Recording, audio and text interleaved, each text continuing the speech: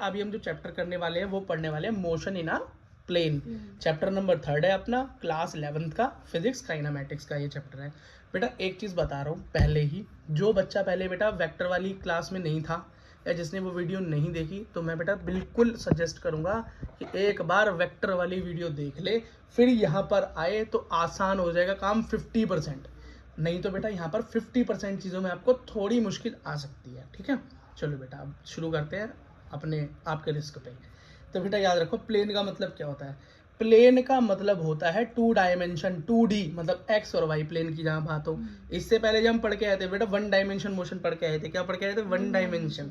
ठीक है, motion in straight line जब पढ़ा था। लेकिन यहाँ पर क्या है, हम 2D की बात करते हैं। किसकी बेटा? 2D की बात करते हैं, एक्स और वाई प्लेन की बात करते हैं। ठीक, पहली चीज बेटा जो हमने पढ़ी है वो है पोजीशन वेक्टर। पोजीशन वेक्टर क्या होता है भाई? किसी भी पॉइंट की वो पॉइंट वो बता देता है भाई पोजीशन कहाँ है, कहाँ पर है वो एक्चुअली। जैसे मान लो ये कोई पॉइंट 1 है, ये पॉइंट 2 है, ये पॉइंट 3 है, एक्स वाई प्लेन है, बेटा कहाँ पर है वो, हाँ उसकी एग्जैक्ट लोकेशन क्या है वो पोजीशन वेक्टर बता देता है। ठीक है, वेक्टर होता क्या है बेटा? वेक्टर ऐसी चीज है जो कि डायमेंशन मैग्नीट्यूड और डायरेक्शन दोनों बता दे। ठीक, स्केलर में खाली मैग्नीट्यूड पता चलता है। ठीक, हाँ अब देखो बेटा, तो पोजीशन हमेशा ओरिजिन की रिस्पेक्ट में निकाली जाती है। कहाँ? ओरिजिन की रिस्पेक्ट में निकाली जाती है। तो बेटा पॉइंट 1 की जो ओरिजिन है, जो पोजीशन है, वो क्या R1 वेक्टर से पता चलती है। ठीक, अगली P2 की R2 से और P की R3 से पता चलती है। भाई इतनी बात समझ में आ गई। अगला देखो, पोजीशन वेक्टर का अगर हमें मैथमेटिकल डेरिवेशन दिखाना हो या डिनोशन दिखाना हो कि भैया लिखते कैसे हैं मैथमेटिकली, तो भैया ऐसे लिखते हैं, position vector R vector is equals to X I cap plus Y J cap. अब बेटा ये एक्स और वाई कहाँ से आया? तो एक्स और वाई आया एक्स और वाई प्लेन से। और आपको पता है भैया किसी भी जगह के पॉइंट लिखते हैं तो एक्स और वाई करके ही तो लिखते हैं, पहले एक्स और फिर वाई पोजीशन।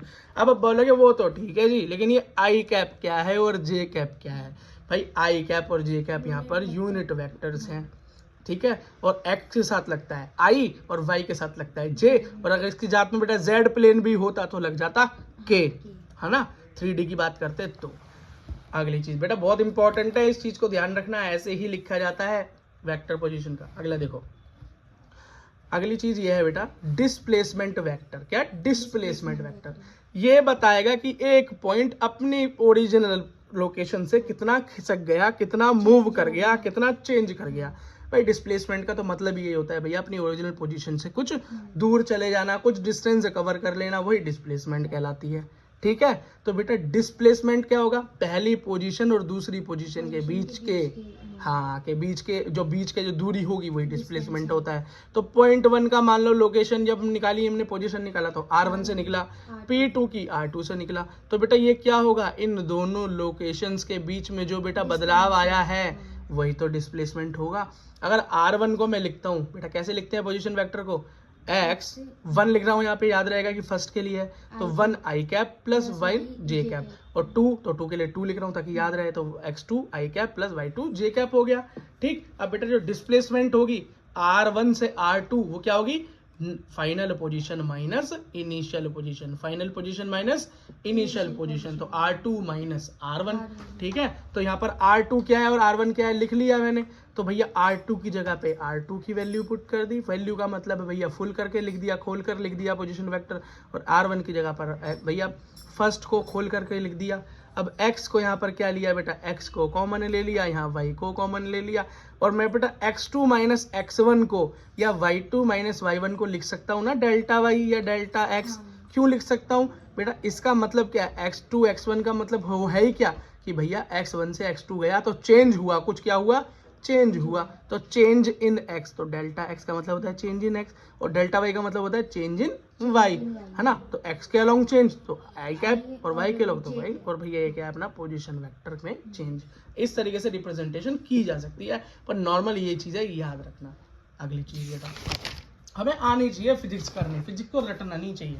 फिजिक्स को जब हम रटने लगते हैं तो बेटा वो क्या हो जाता है? बहुत मुश्किल हो जाती है। फिजिक्स क्या हो जाती है बेटा? बहुत ही मुश्किल हो जाती है, फिर वो हमें डराने लगती है, बेकार लगने लगती है। क्योंकि बेटा वो हमें रटनी पड़ती है, तो हमें रटना नहीं है, हमें समझना है। ठीक, अगली चीज देखो बेटा, एवरेज वेलोसिटी क्या होती है।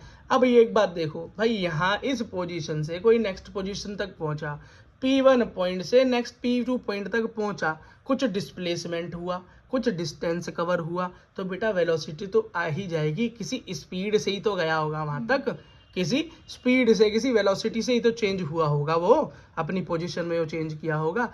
तो बस वही है बेटा, एवरेज वेलोसिटी का फॉर्मूला वही अपना टोटल डिस्प्लेसमेंट अपॉन में टोटल टाइम होता है। और डिस्प्लेसमेंट हुआ ही कितना, तो P1 पॉइंट से P2 पॉइंट में डेल्टा आर ही तो हुआ, अभी डेल्टा आर ही निकाल के आ रहे हैं ना, पोजीशन में चेंज, तो कितना हुआ, change in position vector R, delta are.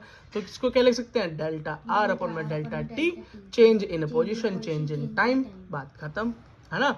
अब बेटा याद रखना, डायरेक्शन ऑफ एवरेज वेलोसिटी क्या होगी, एज डायरेक्शन ऑफ डिस्प्लेसमेंट, जिस तरफ डिस्प्लेसमेंट होगा उसी तरफ वेलोसिटी होगी। भाई सीधी सी बात है भैया, जिस तरफ मोशन हो रहा है, जिस तरफ मूवमेंट हो रही है, उसी तरफ तो डिस्प्लेसमेंट होगी।